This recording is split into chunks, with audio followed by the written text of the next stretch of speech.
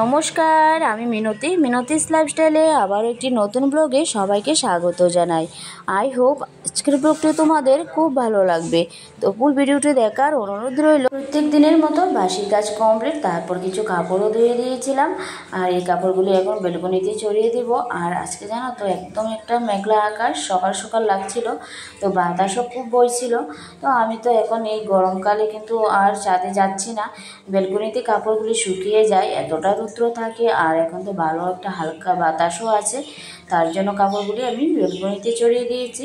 তারপরে চলে আসলাম এদিকে বেড গুছানোর কাজ। আর প্রত্যেক দিনেই তো এটা আমার প্রথম কাজ থাকে, সকালে ঘুম থেকে উঠে যাই করি না কেন বেড গুছানোটা একটা অভ্যাসে পরিণত হয়ে গেছে। বেড গুছানো থাকলে মনে হয় যেন ঘরটাই ক্লিন আছে।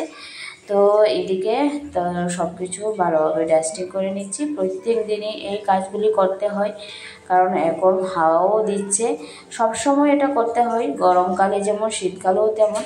শীতকালে তো আরও বেশি ডাস্টিং হয়, কারণ তখন তো একদমই বৃষ্টি হয় না, আর ওই সময়ে তো ডাস্টিং প্রত্যেক দিনই করতে হয়। তো সেই রকমই গরমকালেও সেম, কারণ ঘরবাড়ি পরিষ্কার করা এখন অভ্যাসও একটা পরিণত হয়ে গেছে। তো শীত বলো আর গরম বলো, কাজগুলি যখন করতেই হবে, তো একদম পরিষ্কার পরিচ্ছন্ন কাজ করার একটা অভ্যাসও হয়ে গেছে। তাই কিন্তু সকাল থেকে শুরু করি ক্লিনিংয়ের কাজ, মর্নিং ক্লিনিং থেকে শুরু করে তারপর রান্নাবান্না সমস্ত কিছুই একা হাতে সামলিয়ে তারপর গুছিয়ে করার একটা চেষ্টা করি। এদিকে যেহেতু ছেলে আছে আর ছেলেকেও আমার দেখাশোনা করতে হয়, তো সবটাই কিন্তু একা একা করি। তবে একটা কথা কি জানো, একা যে করি তা বললেও কিন্তু ভুল হবে, কারণ আমার মা আছে বলে হয়তো সবটা আমি সামলে উঠতে পারি। কারণ অনেকেই জানো হয়তো আমি বাইরে করে দুটোটা কাজই মেনটেন করি। সকালবেলার কাজগুলি তোমাদের সঙ্গে বেশিরভাগটাই আমি শেয়ার করি, বিকালের কাজগুলি শেয়ার করতে পারি না। আমি আমার কাজে ব্যস্ত হয়ে যাই, তার জন্য আমি পারি না। আর সত্যি কথা বলতে আমি পার্সোনালি আমি চাই যে আমার প্রত্যেক দিনের যে আমার একটা কাজ থাকে, ডেইলি লাইফস্টাইল মানে কাজ করার যে ঘরের যে কাজগুলি সেগুলি তোমাদের সঙ্গে শেয়ার করি। হয়তো বাইরের কাজটা আমি শেয়ার করি না, এটা আমি ব্যক্তিগতভাবে রাখি।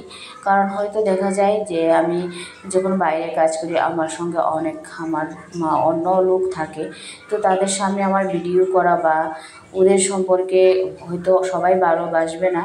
তো যেহেতু আমি একদমই একটা গ্রামের পরিবেশে আমি থাকি, ওইখানে যদি সবার মন মানসিকতা সমান নয়, তো আমি চাই না। তো তাই আমি চেষ্টা করি, তো আমার যে বাইরের কাজগুলি সেটা আমি পার্সোনালি ব্যক্তিগতভাবে রাখি, আর আমার যে ঘরের কাজগুলি সেগুলো কিন্তু তোমাদের সঙ্গে শেয়ার করি। তো যারা যারা আমার ব্লগগুলি দেখো কেমন লাগে অবশ্যই কিন্তু তোমরা কমেন্ট করতে জানাতে পারো। আর যারা যারা আমার ব্লগ লাইক করছো, কমেন্ট করছো, তাদেরকে তো অসংখ্য ধন্যবাদ। যারা যারা আমার ভিডিওগুলি প্রত্যেক দিন দেখছো তাদেরকে অসংখ্য ধন্যবাদ। তবে হ্যাঁ, যারা নতুন আমার ভিডিওগুলি দেখছো, যদি ভালো লাগে সাবস্ক্রাইব করে পাশে থেকো। তো চলো, আমাদের মেয়েদের কিন্তু সত্যি সংসার বলতে মানে সংসারের কাজকর্ম সামলিয়ে এই যে বাইরের কাজ করা অনেকটাই ডিফিকাল্ট হয়ে যায়। তো আমার জন্য আমার পক্ষেও সেই রকমই অনেক ডিফিকাল্ট, কারণ বাড়িঘর পরিষ্কার পরিচ্ছন্ন রাখা তো 24 আওয়ার্স মানে কাজই করতে হয়। তো রেস্ট সত্যি রাত্রে পাই, কিন্তু রাত্রেটাও হয়তো এডিটিং করি বা অনেক দিন যদি পারি করি, অথবা পরের দিন করি। তোমরা হয়তো জানো একদিন পর পর ভিডিও দেওয়ার চেষ্টা করি, কিন্তু এখন আবার চেষ্টা করছি প্রত্যেক দিন ভিডিও দিতে। তো এখন আমি শর্টও কিছু দিচ্ছি, কারণ এক বছরের মধ্যে একটা ওয়াচ টাইমের দরকার হয়, তো সাবস্ক্রাইবারও দরকার হয়। তো আমি চেষ্টা করছি অল্টারনেটভাবে যেভাবে পারছি সেভাবে মেনটেন করে ভিডিওগুলি দিতে। তো এইভাবেই আমি আমার কাজগুলিকে এগিয়ে নিয়ে যাচ্ছি। তো যারা যারা পাশে থেকে সাপোর্ট করছো তাদেরকে তো অসংখ্য ধন্যবাদ। এইভাবে তোমরা পাশে থেকে সাপোর্ট করো, কারণ একটা মেয়ে হয়ে সংসারের সব দায়িত্ব নেওয়াটা কিন্তু এতটা সহজ নয়। তবুও করছি, কিছু করার নেই। যেহেতু সংসার বলতেই অসার, মানে সংসারের সমস্ত কিছুই যদি তুমি সব দিক দিয়ে না সামলাও, তো সংসার তো এমনিতেই কী আর হবে বলো। তো সামনের দিকে এগোতে গেলে সংসারের সমস্ত কিছুই নিজের দায়িত্বেই করতে হবে। যেহেতু সন্তান আছে, তো তারপর খাওয়া দাওয়া সব কিছু নিজের কর্ম ছাড়া তো কিছু হবে না, তো কর্মটাকে তো ঠিক রাখতেই হবে। তো যাই হোক, এদিকে আমি আমার কাজও করছিলাম আর তোমাদের সঙ্গে অনেক কথাও বলে নিলাম। তো এভাবেই চলছে। তো চলো এদিকে কাজগুলিও গুছিয়ে নিচ্ছি।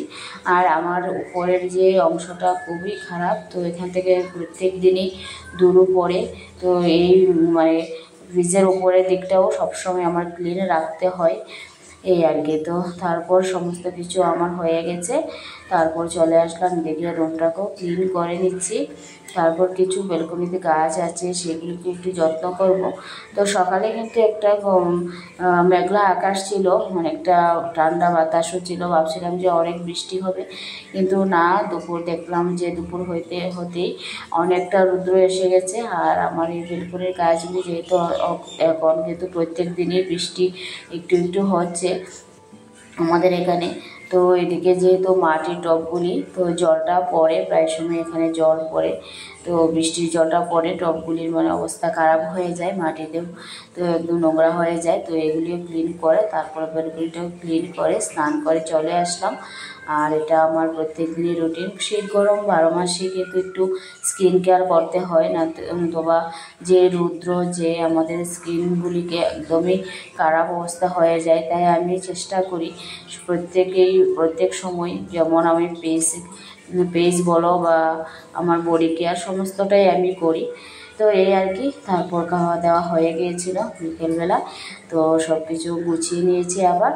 আর এদিকে জানো তো, সন্ধ্যার পরে আবার দেখলাম যে একটা মেঘলা আকাশ, তো ভাবছিলাম কি বানাবো। তো এদিকে ঘরে সুজি ময়দা ছিল, ঘরে ছিল নারকেলও ছিল, তো ওইটা দিয়ে একটা সুন্দরভাবে মেখে তারপরে এদিকে পিঠে বানিয়ে নিলাম। একদম বিস্কিটের মতো হবে এইভাবে, মানে একটু ড্রাই করে মেখেছিলাম। তো সব কিছু এদিকে সুজি ময়দাটা, তারপর একটু চিনি দিয়ে আর নারকেলও সঙ্গে দিয়েছি, ড্রাই করে মেখে একটু বিস্কিটের মতো করে, তো ওইদিকে তেলে ভেজে, তো অনেকটা দিনও রেখে খাওয়া যায়, কোনো প্রবলেম হয় না। তো বানিয়েছিলাম, বেশ খেতে কিন্তু মজা হয়েছিল। তো এই আর কি, আজকের কাজগুলি তোমাদের সঙ্গে শেয়ার করলাম, কেমন লাগলো অবশ্যই জানিও। তো চলো, আজকে আর বিশেষ কিছু তোমাদের সঙ্গে শেয়ার করতে পারলাম না। তো বিকেলবেলা কিন্তু এই মজাদার টিফিনটা বেশ ভালো জমে গিয়েছিল। তো ঠান্ডা ওয়েদারে এই গরম গরম বিস্কিট বলো বা পিঠের মতো খেতে কিন্তু ভালো টেস্টি হয়েছিল। তো চলো, আজকের ভিডিওটা এই পর্যন্ত রাখলাম। সবাই ভালো থেকো, সুস্থ থাকো। নেক্সট ভিডিওতে আবার দেখা হচ্ছে, কথা হচ্ছে।